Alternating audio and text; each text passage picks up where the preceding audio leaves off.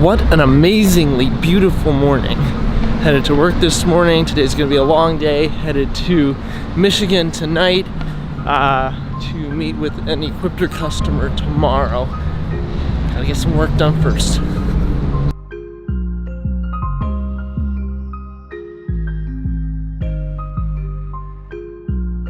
Just met with our attorney to see what it takes to get Boost Point to be actually a legit company.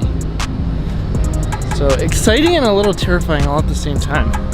Just starting to realize, like, I don't know, the exciting, just like it's actually happening, you know. Terrifying because you start to realize all of the risk and everything that's a part of it. Like, it actually could fail. Might succeed. I'm not sure which is more terrifying, to be quite honest sometimes. Failure or success.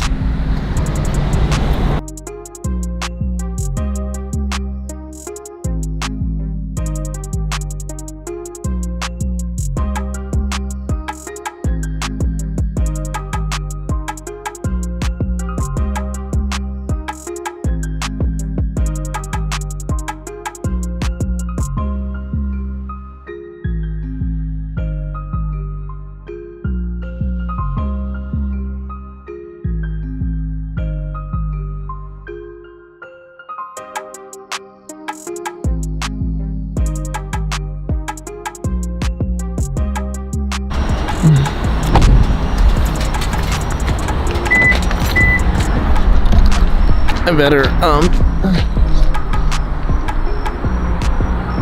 go.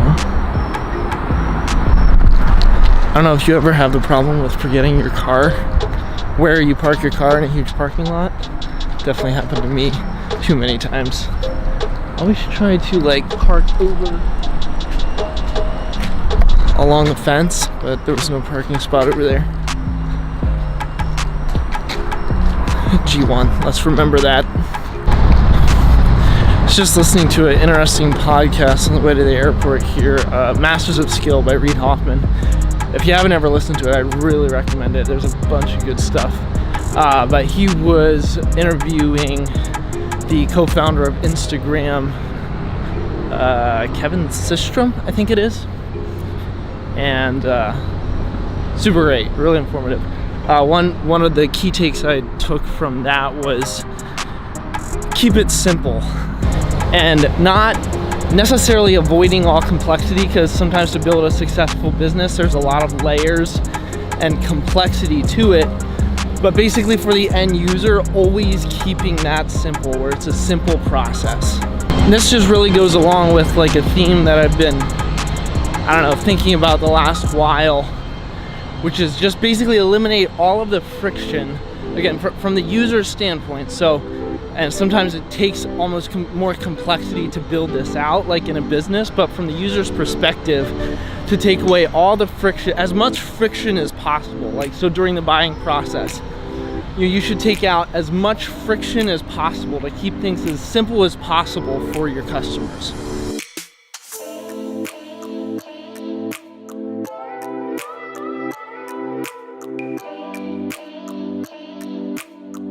So made a small mistake here. I don't know if you've ever been to the Philadelphia airport or not, but you have gates A to F.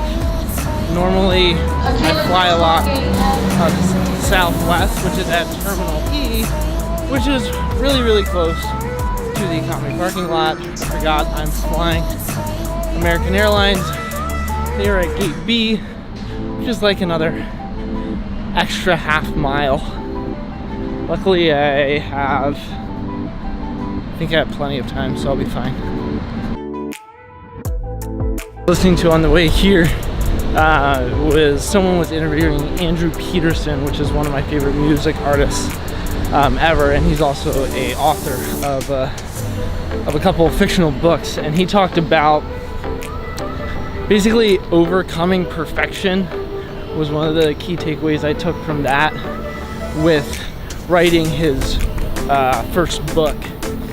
He wrote a series of 4 books, I think it is, and where he talked, he really had to fight against perfection, especially to get his first book out there. I mean, he like, for literally a year, was just trying to read every single book out there on writing. And finally he talked to a person, and the person just gave him this advice, is like, literally throw away all the books and just start writing.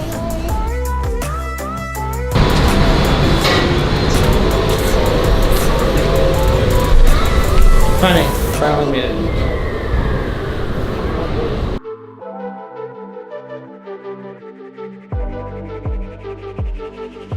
So I'm in Detroit, but it's 11:30. I have to drive another 2 hours yet. I have a rental car scheduled, but I'm not sure when that place closes, so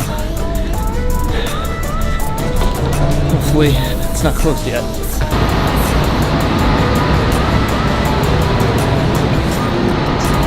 There it is. Working.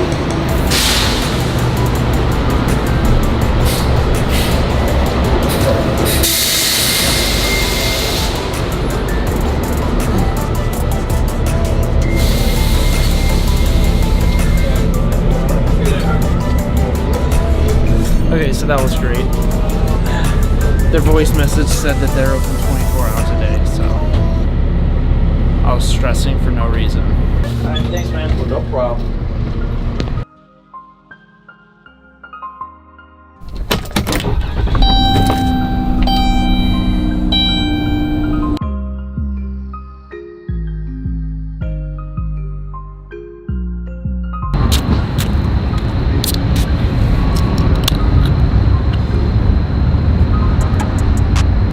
I'd say about 5 or 6 years ago, I spent about 3 years in sales for Equipter. Some things that I learned my couple years in sales. First of all, I would recommend that to like almost anybody. Doesn't matter what your personality is. Like if you could spend 2 years in direct sales, like go for it. It is some of the best experience you will ever have, and you will learn so much. Like my personality was not at all. I mean, I was used to working with my hands. I spent time on the roof. I spent time in manufacturing, like welding, assembling, painting, and I had no sales or business experience at all. And we're just kind of thrown into sales and just kind of figure it out. But to this day, I look at that as some of the best experience that I ever had in business. I learned how to communicate to a customer, how to sell, just like period, what worked, what didn't, how to have constructive conversations. But one of the biggest things I think I learned that I still carry with me today is the customer just providing so much value. Like they are the people you are working for, not expecting even anything out of them, but just providing them value time after time after time again. All right, well, I decided to leave a little bit of driving to the morning. Still can't believe my ride. Yeah. Well, it's about 1 o'clock. So yeah, I got still about an hour to drive or so till Battle Creek. But figured I'd grab something here because I'm getting kind of tired. Alright, time to get some coffee before we hit the road. Plan is to be up there by 9:30. I have about a 1 hour drive yet. It's 7 o'clock, so have a little bit of time to chill.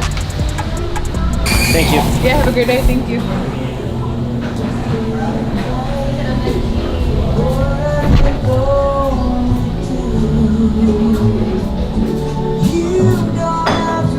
Good example of taking friction out of the buying process, Starbucks. Their new app, it's actually really handy.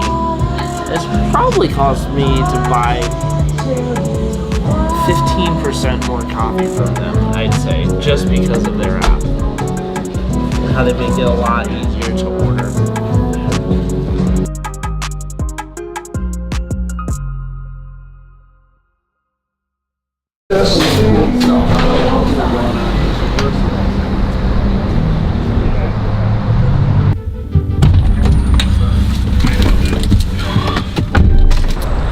Alright, so the meeting went pretty fantastic. Was able to meet with everyone that I wanted to in the company, and yes, it's gonna be great. So on the way back to the airport now, have another like 45 minutes or so to drive and then fly back home. And just in case you're wondering, I don't normally get a minivan as a rental car. That was not my choice. I'm not the biggest fan of minivans. I wanted a compact car. It was just the last thing they had available, just so we're clear. Okay, so this may be a minivan, but it's a Dodge minivan.